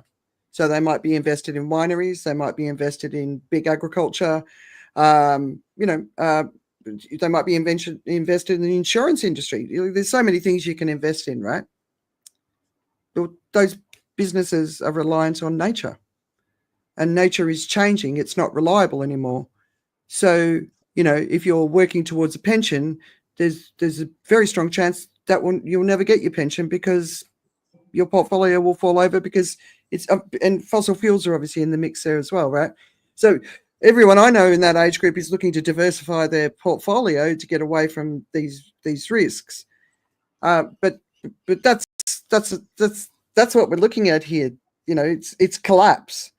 There's a strawberry farms in Spain that drained a UNESCO World Heritage Site of water, and then they just basically all ran away. But you know, they were relying on nature, and nature ran out. So if we can't rely on nature because nature's not consistent, at some point there's going to be a ramification for that, and then that's going to impact things like insurance premiums or not mortgages, obviously, our pensions. So any future ideas that we've got for ourselves, are we really looking at it? We've got to look at it. It's like when I talk to people, I'm like, have you thought about this, this, and this? People say, I'm going to buy a house here. I'm like, why would you buy a house there? Have you thought about this, this, and this? They haven't even looked. Why wouldn't you look? It's just, this is your life. You know, what's the sea level rise going to be like? What's the temperature rise going to be like? What's being predicted in that area? You'd want to at least ask those questions, wouldn't you? Is it in a floodplain? Yep. There's going to be 7% more moisture in the air for every degree of warming. Do you really want to be in a floodplain? Because those 1 in 100-year events, you know. You know, and we've got COP29 going on at the moment, right? And yeah. Yeah, no, the thing, Andrea, everything you're describing is what someone who's well informed, who knows about what's going on, and has had rational thought about it, is going to come to those conclusions, right? And the problem is people aren't that, right? The people even today who are building a new home in Tornado Alley. I mean, it should not happen, right? Or But Florida. that's just, yeah, it's just something about the way we are. We're very bad at assessing risk. Human beings are notoriously so. I mean, we're very bad at predicting our future selves, and that is the problem. The human being, the human brain is badly designed. It has a primary purpose, which is to get laid in your 20s and have a kid. And we're living way too long. We're gone way past our use by dates. We're getting into an area where we're outliving our design. So, you know, the brain that we have is designed to protect us from wild animals and help us find food and what have you. Yeah. And modern technology just doesn't fit that particular thing. It's pressing all those buttons. We are overloaded every day. If you talk about, you know, just the way we are with messages, I was talking about how, you know, for instance, when social media, right? People look at all those hits. Social media makes you sad because at every moment you're given a chance to compare something. You know, that's something which you don't know that you're doing it. But that moment when the normal life would be you'd have to walk around before you meet somebody else and go like, oh, her hair is good, or he's doing well, whatever it is, and whatever. Whereas, you know, on your phone, it's the next. So it's just the next thing. It's coming up. Someone else, but you know, you don't think about it, but you have a comparison. Oh, their hair is better. They've got good teeth. They got whatever. It's all that happening over and over and over again. Our brains are designed to compare and contrast, and when we're given that much input all the time, you know, it's just not going to work out that well. So, I mean, this is why I think if we can figure a way to get people to get better at understanding costs, and you know, when there's certain phrases that I always find funny when people say things like money can't buy happiness, and that usually comes from people who don't have the money, right? It's those kinds of things that we can also try to get better at. It doesn't matter if it's absolutely true.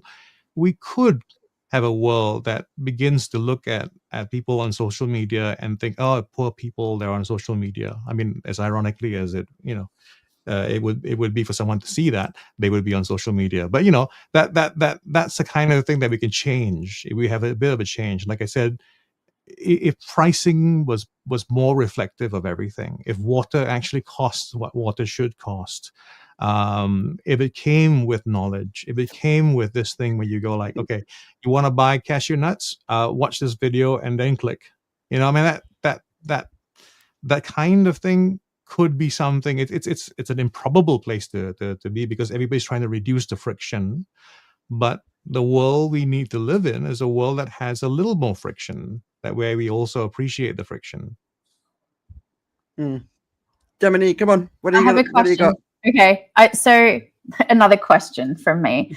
You know, Joe, you're talking about the cost of things, and like if there was transparency around the cost of things, maybe it would make people react differently or behave differently, right? So, you know, Andrew, you mentioned COP29, and off the back of that, there's all this conversation about now EVs. You said don't buy an EV, take public transport, but people are buying EVs, and that's the reality. And that's fine. That's fine if you need one. AI is massively coming into use. We talked about, Tim, your domains that are sort of using energy in a way, right? So there's all of this stuff, and that just the energy consumption of the world has just gone higher and higher and higher. And the reality is, as you said, fossil fuels are fossil fuels, but nature is not reliable. And so if fossil fuels are a thing of the past, or we're hoping for them to be, and nature is not reliable, the conversation is now around nuclear sort of coming back into being a real potential source. And then there's all these implications. And how do you tie that cost into the transparency of the cost of how we're living today? Who's it to? Your question. Joe. I'm staring at Joe, but any of you can take it. I don't know. Give me some answers. Well, okay. So there's several kinds of ideas. One, of course, which is it's like the snake eating its own tail. But the blockchain is an idea, right? If you have an immutable ledger that somehow tracks all the real costs about something, and you have a system that actually makes that possible. So there are people who work in the who are trying to help in the environmental area. It's controversial because they're talking about buying credits and green credits and all that kind of stuff. But if you can really along the way track all the parts, all the things that go into something being made, and all the costs of it, you can have a better idea of what it really should be about. It's giving people an opportunity to see the face of the lady who is processing the cashew nuts, for instance. It's being able to see more of that story. Of course, again, this is all about the details. How are you going to make it? How are you going to tell that story successfully? That's going to be challenging. But that is the kind of thing that would help. As in, like, if I like, for instance, Bitcoin, the real cost of a Bitcoin. If you could understand the real cost of it, how much more energy has gone into it, and if there's a real cost, that'd be something to contemplate about as well. Now, it doesn't mean that people are going to stop absolutely just using Bitcoins or whatever it is, but it may also push people to be better at it. Like the way now what they're trying to do is figure out ways for instance, for crypto to run itself on more sustainable energy. There are even cryptos that are being designed around the idea of solving the energy problem. Yeah. It's all bizarre ideas, but it's not to say that it can't be done. It's like we assume the fuel industry or the fossil fuel industry is not going to solve the pollution problem. They might, they might have something. There might be something in there about figuring how it's done or whatever it is that it could come from them. It's the path to fixing stuff actually is probably going to be worse. It's something about the nature of, like, the technologies that we have right now to do the things that we need to do. If we're going to make an entirely sustainable energy system, we're going to have to consume a lot more as we create that, and that itself is also a bit of a problem. At the same time, you have scientific ingenuity trying to solve those other problems. It's a system. It's like the weather, but applied to technology. There are going to be things that are going to work, but there's also going to be stuff that comes out of those things that work that people aren't going to like completely, right? And if I can bring it back to Trump, it's going to be something. I think things are going to come out of this which are going to be great for America. And at the same time, you'll have to have had Trump in charge, which, it's just one of those mind messing things. I can't think of good words. I know the word you were thinking of. That's fine. I also have a question for you, Andrew, as well, actually, off the back of COP29, and it's something that you touched on a little bit earlier, but one of the big issues actually that's sort of come up in COP29 is a gender representation issue. Because actually only, I think, 8 out of 78 of the world leaders at COP29 were actually women. And, you know, there's an ongoing narrative of unequal representation in climate negotiations. And what do you see as the impact of this on decision making, and how do you think this is going to change, and what can be done to drive that change? Mate, if women aren't at every table where decisions are being made, the wrong decisions are going to be made. It's really as simple as that, because the women, their role, whether they're from Africa or Asia, Australia, wherever, right? They have a different experience in the world as mothers, as providers, you know, as farmers, as growers, you know. So unless women are at every table, the wrong decisions will be made. And, you know, Azerbaijan, they didn't even have one woman on their board, you know, and then there was this big media outcry when that was first announced, right? So Brazil next time, I'm sure, will be much better representation, as well as indigenous representation, because that's one thing I do like about Lula, that the indigenous people have stepped much. They've made it possible for them to be able to step forward, right? So, yeah, I mean, that's why the whole war against DEI.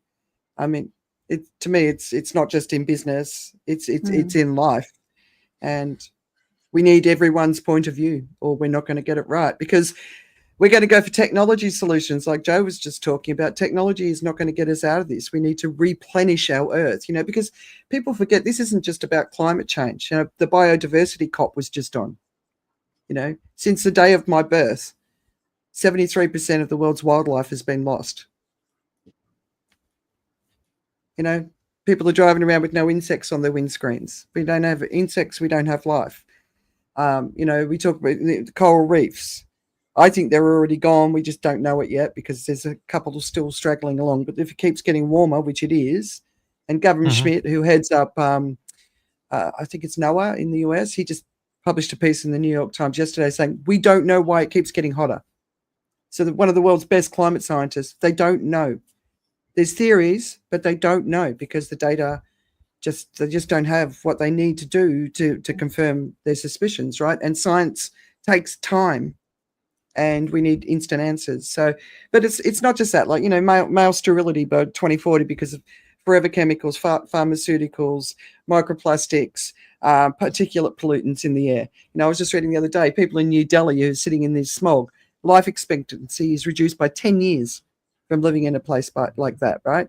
How polluted our rivers are. We're changing the sex of species in our environment. They're becoming feminized because they're overwhelmed, like fish, with all the pharmaceuticals coming into the water, or the peregrine falcons in Spain are being feminized, and they're only producing female offspring. You know, this is impacting humans too, and it's everywhere. There's no place on this planet that's not being impacted. So it's not just the climate. We've basically poisoned our world.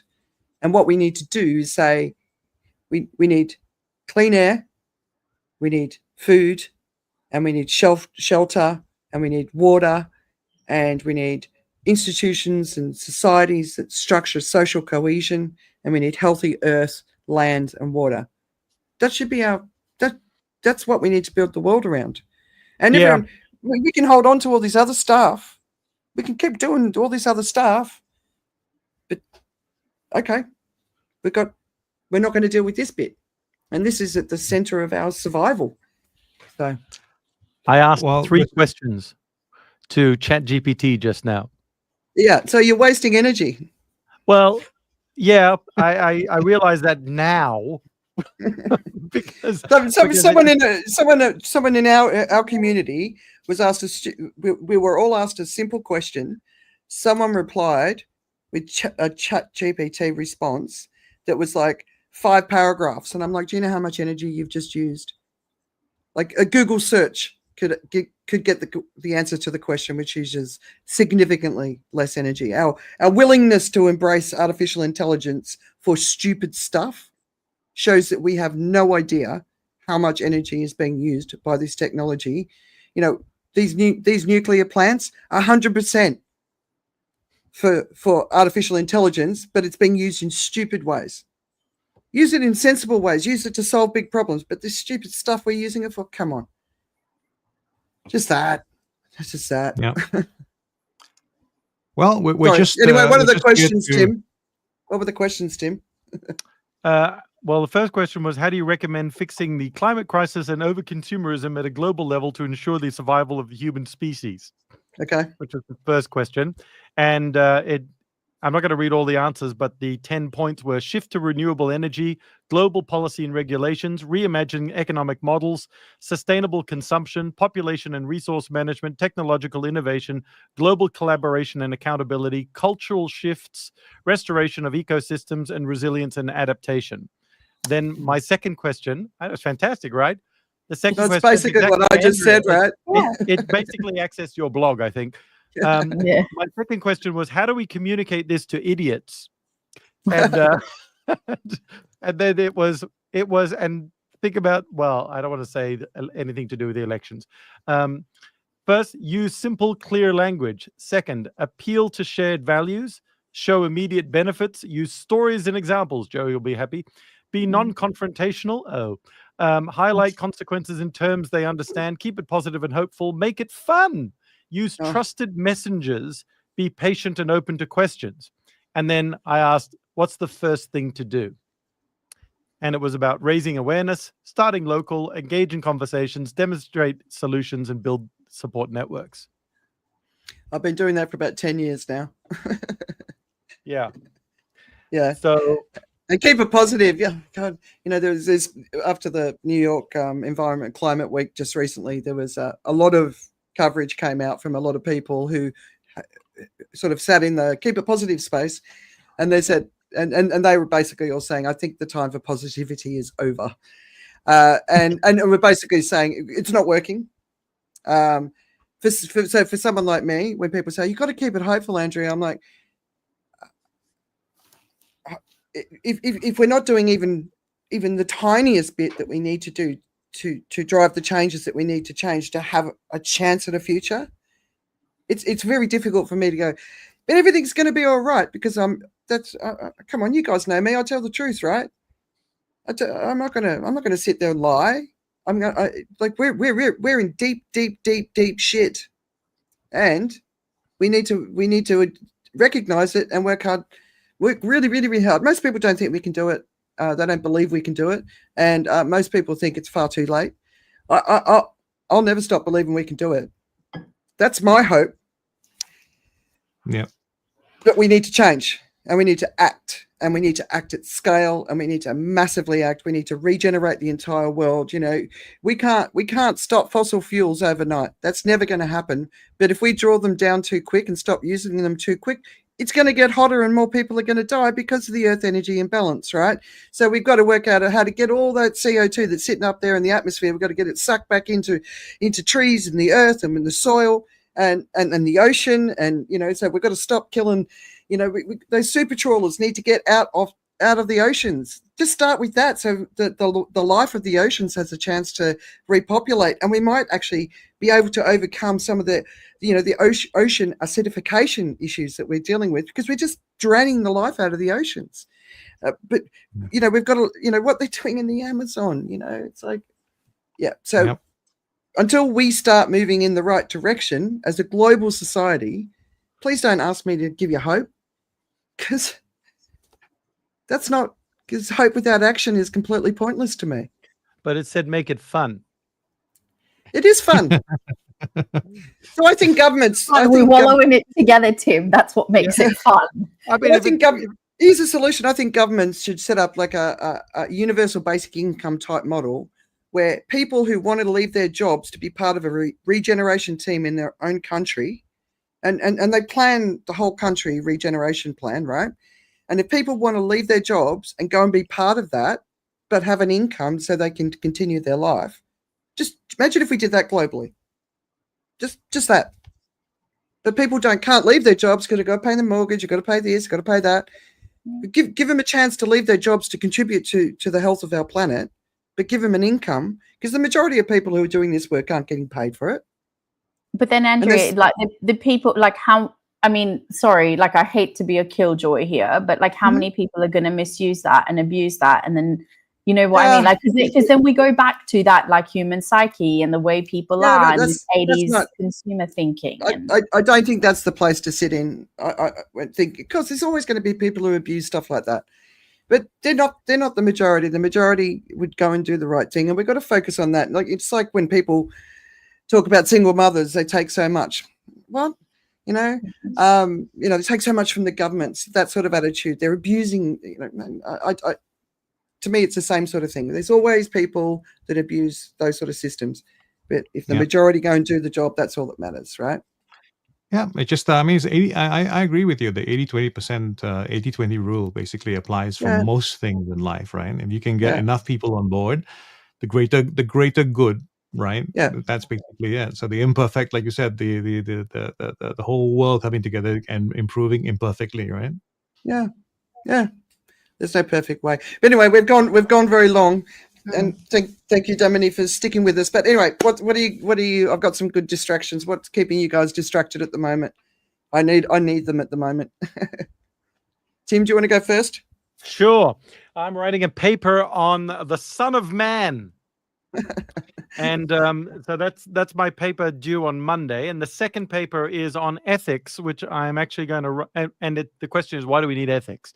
And I'm going to write about, that's due next week, and that one's writing about the two different parties, the choices that the Americans were given in the U.S. election, and the choices, and looking at how maybe a third party from an ethical perspective would be an interesting one, because they're all like, I agree with this one in this party, but I don't agree with this one, but I agree with that one in that party.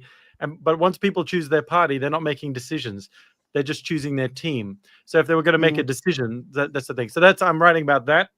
And I think that's all that's keeping me distracted at the moment, because that's all consuming, other than booking my Greek trip, which was my procrastination strategy.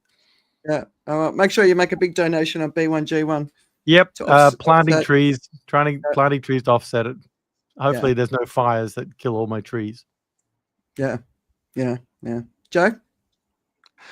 I've been distracted trying to build the many websites I'm supposed to have for the various things that I offer people. So that's been something that I've been working on. As far as things I've been consuming in my time in between that, I've caught up with most of the new seasons of Frasier, because I think I mentioned to you that there's a new Frasier, still Frasier Crane. But he's older, and some people in his life have passed on. But it's still an interesting show. I'm going to say it's not as great as the original, but still pretty okay, not too bad, right?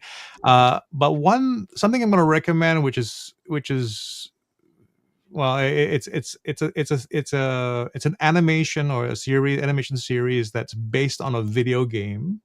If anybody is in the audience is a fan of League of Legends, the TV series on Netflix called Arcane is certainly something to have a look at.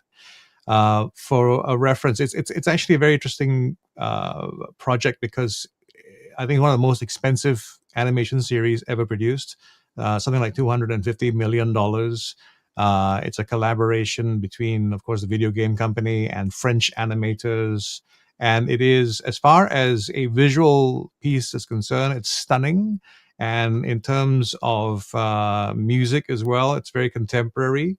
And it's got a really, really edgy story. So if you're looking for something that is unexpected, go check out Arcane. That's on Netflix. My boys might like it, but yeah. All right, Dominique. Awesome. Well, what's keeping me distracted in the immediate term is the fact that when we're done with this, I have to go get dressed and take myself to a charity gala that I'm emceeing tonight. And I have somehow managed myself the wonderful job of auctioneer. So I will be hosting my first live auction today. So I've been spending some time watching live auctions on YouTube with the view to be able to somehow pull this off and try to get people to dig deep into their pockets and donate to some very great causes in Cambodia. So yeah, that's been kind of the immediate term thing. And I'm also trying to finish my book that I'm writing by December. So that's kind of the more long-term distraction at the moment. Nice. So that's about it. Well, good luck with the auction. I've done a couple now. I'm no Sean McEwen, that's for sure. But so I've got four recommendations tonight. So first of all is Fisk. Have you got anyone watched Fisk? No. Australian comedy series. The first 2 seasons are out. My sister told me the 3rd season's out in Australia. Kitty Flanagan. It's kind of like a female working. She's a lawyer, but it's kind of like The Office. It sort of deals with woke culture, and she kind of looks at the world with cynical eyes. But it's very, very, very funny. Martha Stewart. Her doco came out just recently, and I watched it. And gosh, she's an interesting lady. Everyone should watch that because we were all sort of caught up in the saga when she went to jail. But 2 movies. First is Made in Italy. So Liam Neeson, and I believe it's his son. And it's about 2 men basically who are dealing with the grief, the loss of the mother, the loss of the wife, and it's a beautiful movie. But the final one is a movie called Gifted. It's an Australian movie. Anyone seen it? No? Not sure. I think they're all on Netflix. Martha might be on Apple. But Gifted is girl? No, Gifted is about this family, this Australian family, where the father is like a producer of concerts, and he has this massive failure because of a recession in Australia. And he gets on a plane and takes his whole family over to the US with no visa. They've got 6 kids. He's got a really inspiring dad. They give birth to a 7th child in the US, and it's about them coming together and making it work no matter what.